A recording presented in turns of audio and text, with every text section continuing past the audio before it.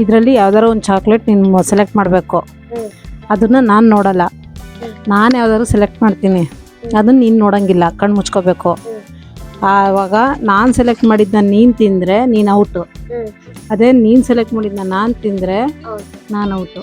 So ಆಗ ಈ 100 rupees ಯಾರಿಗೆ ಹೋಗುತ್ತೆ? ಗೆದ್ದರಿಗೆ ಹೋಗುತ್ತೆ. ಅದನ್ನ ಇಲ್ಲಿಟ್ಟು ನೋಡ್ರಿ ಫ್ರೆಂಡ್ಸ್, ಈ 100 ರೂಪಾಯಿಗೆ ಚಾಲೆಂಜಿಗೆ ಇಕ್ಕಿದೀವಿ, ನೋಡೋಣ ಯಾರು ವಿನ್ ಆಗ್ತಾರಂತ. ಚಾಲೆಂಜ್. ಒಂದು ಊರಲ್ಲಿ ಗಂಡ ಹೆಂಡತಿ ಇಬ್ಬರು ವಾಸವಾಗಿರ್ತಾರೆ. ಗಂಡನಿಗೆ ತುಂಬ ಆಸ್ತಿ ಮನೆ ಎಲ್ಲ ಇರುತ್ತೆ, ಆದರೆ ಯಾವುದೇ ಕೆಲಸ ಮಾಡೋ ಅಂಥ ಜವಾಬ್ದಾರಿಯನ್ನು ಅವನು ಹೊತ್ಕೊಳ್ಳೋಕ್ಕೆ ರೆಡಿ ಇರಲ್ಲ. ಹೆಂಡತಿಗೆ ಅವನು ಅದನ್ನು ಹೇಳಿ ಹೇಳಿ ಸಾಕಾಗೋಗಿರುತ್ತೆ. ಅಲ್ಲಿ ಹೊಲದ ಕೆಲಸ ಮಾಡಿಸಿ, ಮನೆ ಕೆಲಸ ನೋಡ್ಕೊಳ್ಳಿ, ಹೊಲದ ಕೆಲಸ ನೋಡ್ಕೊಳ್ಳಿ, ಸಂಸಾರದ ಜವಾಬ್ದಾರಿ ಹೊತ್ಕೊಳ್ಳಿ ಅಂತ ಹೇಳ್ತಾನೆ ಇರ್ತಾಳೆ. ಆದರೆ ಗಂಡ ಅದು ಯಾವುದಕ್ಕೂ ಸಹ ತಲೆ ಕೆಡ್ಸ್ಕೊತಿರಲ್ಲ. ಬರೀ ಆರಾಮಾಗಿರಬೇಕು, ತಿನ್ನಬೇಕು, ಇರೋದೊಂದು ಜೀವನ ಎಂಜಾಯ್ ಮಾಡ್ಕೊಂಡಿರಬೇಕು ಅನ್ನೋ ರೀತಿಯಲ್ಲೇ ಇರ್ತಾನೆ ಅವನು.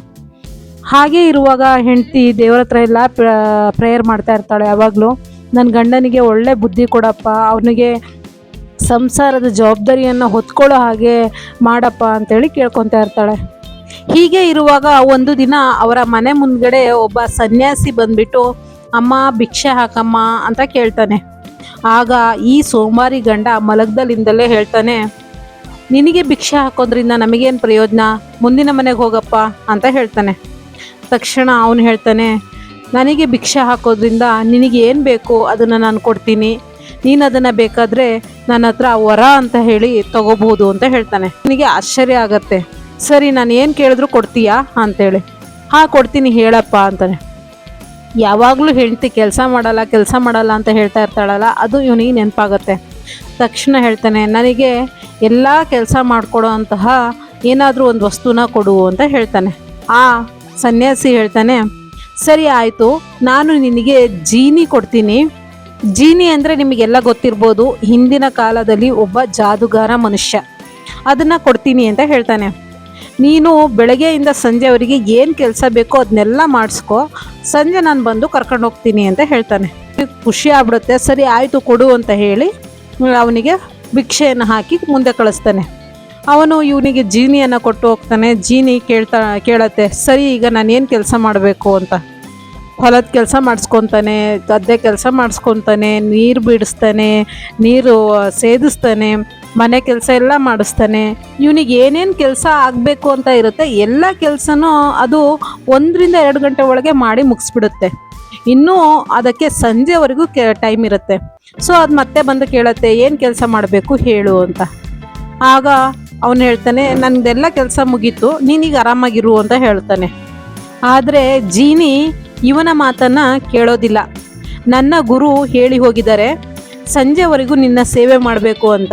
ನೀನೀಗ ನನಗೆ ಏನಾದರೂ ಕೆಲಸ ಕೊಡಲೇಬೇಕು, ಇಲ್ಲ ಅಂದರೆ ನಾನು ನಿನ್ನನ್ನು ಸಾಯಿಸ್ಬಿಡ್ತೀನಿ ಅಂತ ಹೇಳುತ್ತೆ. ಇವನಿಗೆ ಭಯ ಆಗತ್ತೆ. ಈ ತಪ್ಪಿಸ್ಕೊಳ್ಳೋಕೆ ಎಲ್ಲಿ ಹೋದ್ರೂ ಬಿಡೋದಿಲ್ಲ, ಅದು ಹಿಂದೆನೇ ಬರ್ತಾ ಇರತ್ತೆ.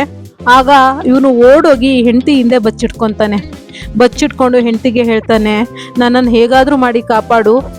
ಆ ಜೀನಿ ಎಲ್ಲ ಕೆಲಸ ಮಾಡಿ ಮುಗಿಸ್ತು, ಈಗ ನಾನು ಕೆಲಸ ಕೊಡಲಿಲ್ಲ ಅಂದರೆ ನನ್ನನ್ನು ಸಾಯಿಸ್ತೀನಿ ಅಂತ ಹೇಳ್ತಾ ಇದೆ ಅಂತ ಹೇಳಿ ಕೇಳ್ಕೊತಾನೆ. ಆಗ ಹೆಂಡತಿ ಹೇಳ್ತಾಳೆ, ನಾನು ನಿನ್ನನ್ನು ಬದುಕಿಸೋದ್ರಿಂದ ಏನು ಪ್ರಯೋಜನ, ಇದುವರೆಗೂ ನೀನು ನನಗೇನೂ ಮಾಡಿಲ್ಲ, ಈಗಿರುವಾಗ ನಿನ್ನ ಜೊತೆ ಇದ್ರೂ ಒಂದೇ ಇದ್ರೂ ಒಂದೇ ಅನ್ನೋ ಥರ ಆಗೋಗಿದ್ದೀನಿ ನಾನು ಅಂತ ಹೇಳ್ತಾಳೆ.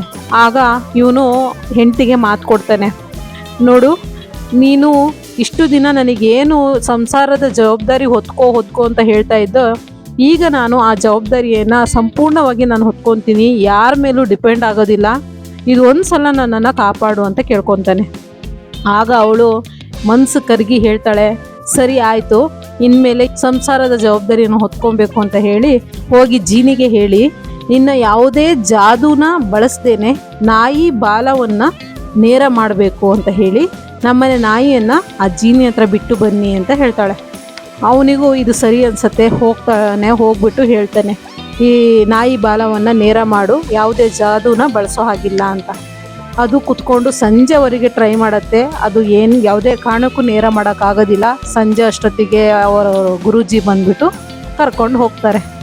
ಇದರ ನೀತಿ ಇಷ್ಟೇ ಸ್ನೇಹಿತರೆ, ನಮ್ಮ ಕೆಲಸಗಳಿಗೋಸ್ಕರ ನಾವು ಬೇರೆ ಯಾರನ್ನೂ ಅವಲಂಬಿತರಾಗಬಾರ್ದು.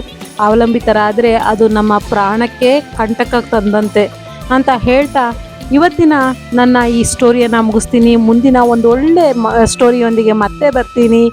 ಈ ವಿಡಿಯೋ ಇಷ್ಟವಾಗಿದ್ದಲ್ಲಿ ದಯವಿಟ್ಟು ಸುಕೇತಾ HS ಗೌಡ ಯೂಟ್ಯೂಬ್ ಚಾನಲನ್ನು ಸಬ್ಸ್ಕ್ರೈಬ್ ಮಾಡಿ ಅಂತ ಹೇಳ್ತಾ ಧನ್ಯವಾದಗಳು.